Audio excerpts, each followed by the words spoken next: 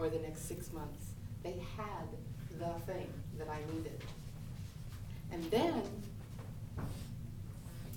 and it was just so miraculous that people would start coming back to me and saying, because I introduced them to a hypnotherapist or an acupuncturist or a naturopathic doctor, that they were still alive when they were told they wouldn't live. So when you look at the bigger picture of your life, you know, it's kind of like this time of year. What's your favorite movie?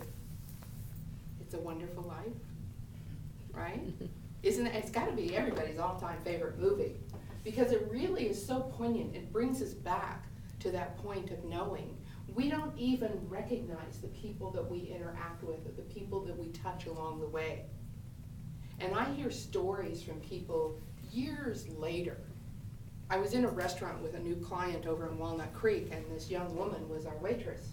And she said, "Sharon, you don't remember me." Well, you know, I was speaking to about 100,000 people a year. I mean, recognizing one person is probably not that easy, right? And I said, "Well, you have to remind me." And she said, "I was at your brother's wedding, and you told me I had two choices, that I could keep living my life the way I was and never see my children again, or I could get my act straight." The next month she divorced her husband, she got off of drugs, and she was working at a really nice restaurant in Walnut Creek where she was able to make more than enough on her own to take care of her two kids. And she pulled out a picture of the little girl who was then 6 months old when I met her, and now 9 years old. And she said, and I get body chills when I tell these stories, because that simple smile that you share with someone walking down the street, or opening the door for somebody who doesn't suspect that anybody's going to do anything for them that day, those little things are like little miracles in people's lives.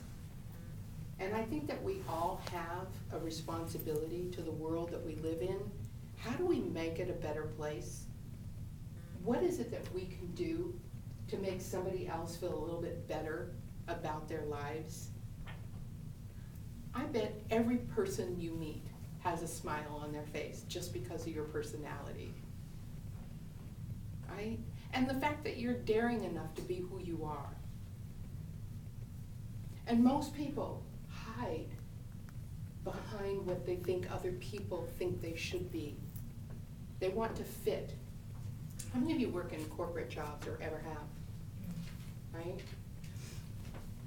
I had a client, Jerry, and I met Jerry. We were trying to figure this out. I think, you know, Jerry's like 6'5", very imposing. And I went over to this event. It was called 40 Plus. Have any of you ever heard of 40 Plus? It's an outplacement service for people over 40 years old. And I felt it was kind of my civic responsibility to go out and speak to people who had lost their jobs, to try and encourage them to find something that would be heartfelt, something that they could do that would be passionate for them.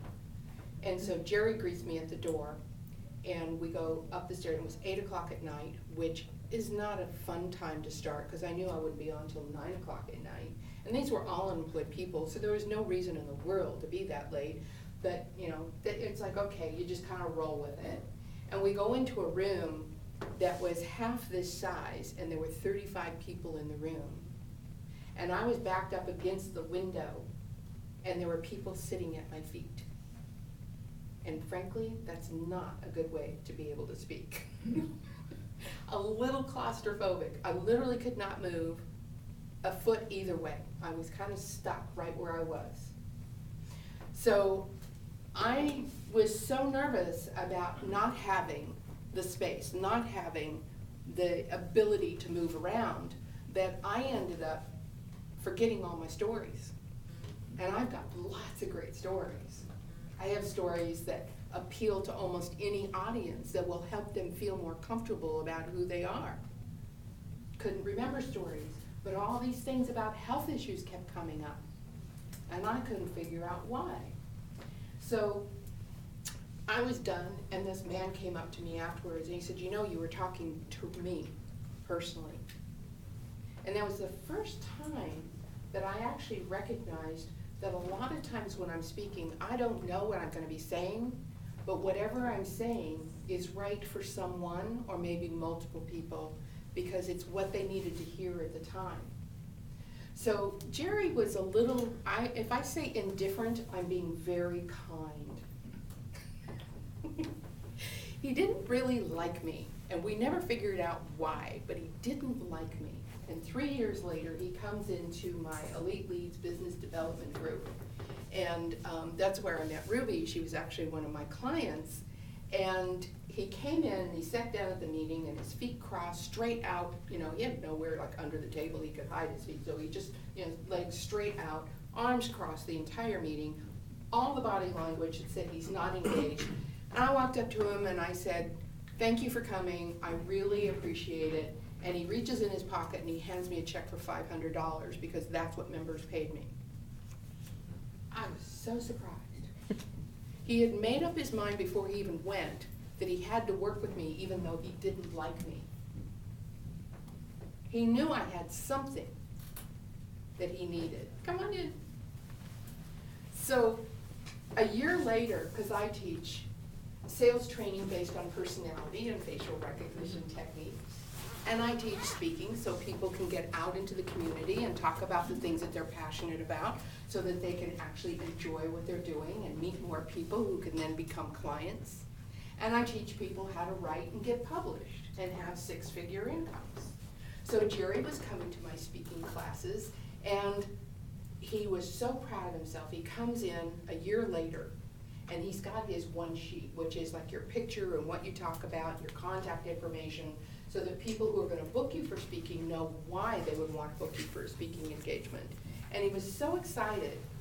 And there's a couple seats up front if you want. Oh, sure. And I looked at this picture, I said, Jerry, this isn't you.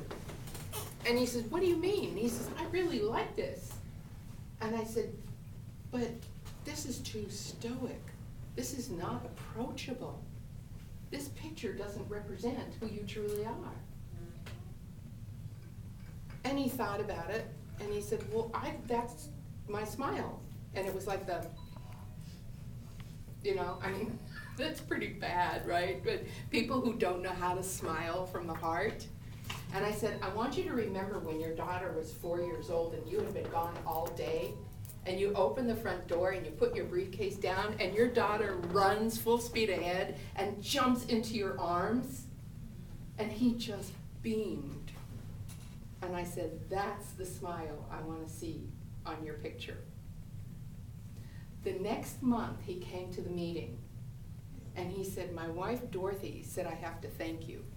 And I said, for what? And he said, because I'm finally the man again that she married. That corporate environment steals from our soul. Right? It takes away from who we are.